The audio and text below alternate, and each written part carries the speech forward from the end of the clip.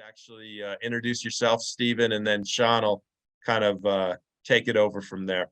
Yes, yes, please, Stephen. Hi, everyone. I'm very happy to be here. I'm Stephan Manning, Professor of Strategy and Innovation at Sussex University Business School in the UK. And right now I'm in Berlin visiting my family. I would like to, I think my task today is to talk a little bit of my thoughts about the latest AI wave and ChatGPT and how this might relate to sustainability and transformation and climate change. So that's at least the task I was given, and I'm happy to give a little presentation. It's like a high-level input, but I don't know, Sean, what's the plan in terms of the timing? Yeah. So I mean, you can like present anything like till 20 minutes, and then. Okay, it will be very short. Also, I need to leave and like I have another quick meeting, and I might jump back in, but I need to leave like in half an hour max.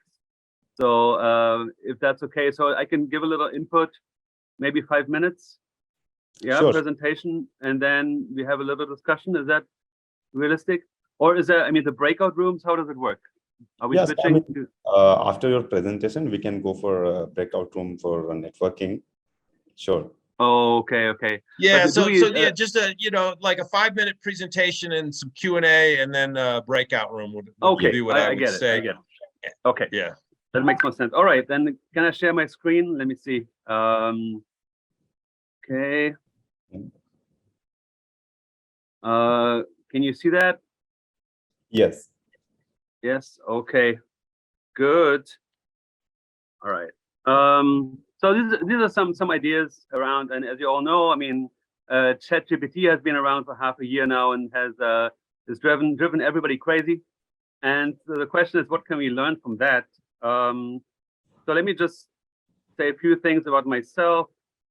So I'm interested in different things, mainly strategic responses to grand challenges such as climate change, inequality. I look at global value chains, international development, but also social entrepreneurship and innovation. And I'm interested in new business models and how AI can inform these business models, for example. And my latest interest is also in films. Now, films can be a vehicle for social change. If you're interested in more of this stuff, then reach out to me or check out my website. But let's talk about the main thing. So, you probably many of you have seen this graph, this diagram, like the rapid diffusion of ChatGPT. Much faster than all these other platforms. People have been using it, trying it, experimenting with this, and people are so excited because ChatGPT can do so many things. Summarize information, can write emails, code, write scripts, and solve math puzzles. So it's like it continues, and also it's gonna get bigger.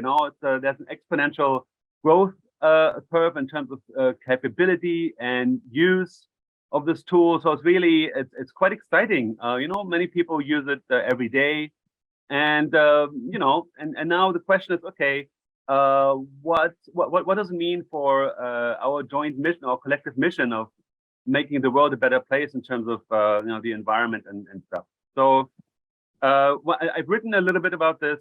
You can check it out on LinkedIn if you want. Some blogs on this. One is this one here, where I basically say that much of what we call creative production in terms of writing things, analyzing things, and any of this stuff, as well as art and music, will be assisted by AI and even done by AI. So the actual production of content will be done mostly by AI in the future, and we as a human labor will be limited to developing these tools, creating tasks and prompts for AI to execute, and integrate and validate content. Now you see here these curves, like on the left-hand side, for example, there's some activities that will require human input in the future, like development AI tools and validating content. But much of the below stuff, production of content, will be done by AI without need for human labor, and that's kind of an interesting world. Now, what I was asking myself is, okay, what's driving the use of AI? I mean, of course, you might say AI might take over much of that, but what's driving it? What are we using AI for? And what I realized, I don't know, I can invite everyone to take a look at the recent videos, the promotional videos of Microsoft, when they announced Microsoft Copilot, which is basically an integration of the GPT capability into Microsoft products like Word, PowerPoint, Excel. It's a Copilot you can use to do all kinds of things automatically. So, for example, you can run analysis based on whatever data you have in your organization. You can create reports based on the analysis automatically. You can turn reports into PowerPoint and vice versa. So this Copilot is really, it's meant to speed up processes in your organization. And my question was for myself, okay, what's driving this? What's driving this? And clearly, I think to me, what I call like capitalism demands are driving this. So the need to increase productivity, speed, to accelerate processes, that's driving the use of AI, and that's also driving our AI prompts. So what do we use the Copilot for? Is these demands of the system we are in right now? And there's also another example. You can check it out. Hustle GPT. Hustle GPT is basically an experiment in which somebody tried to use GPT to create a new business model that can make the most amount of money in like a couple of days. So it's really about accelerating, the type of business, mainstream business that we are used to. And I was thinking to myself, okay, if that's all there is, if AI is just going to be used for business as usual, that's a waste of capacity. That's a waste of the potential of AI. But if we're not careful, then this is all there is. We will just accelerate what we do already, but miss out on many other things. And so I was thinking, why not flip this? Why not think about ways in which the Copilot can be a Copilot for real transformation, a Copilot for developing new kinds of business models. I'm using the triple bottom line here as an example, but instead of just making everything faster and being more productive and increasing revenue the way we always do, why not consider like the triple bottom line as kind of like a principle based on which GPT and other AI tools develop solutions, create content, create output. So this could be basically integrated into the system, and maybe there's a customized GPT versions in the future that really consider the triple bottom line as the baseline, as the foundation for everything they do. And what it does is the more people do that, the more people use AI in this kind of way, the more AI prompts are informed by this principle of triple bottom line, the faster AI systems can be trained to actually develop solutions in very complex kind of settings, right?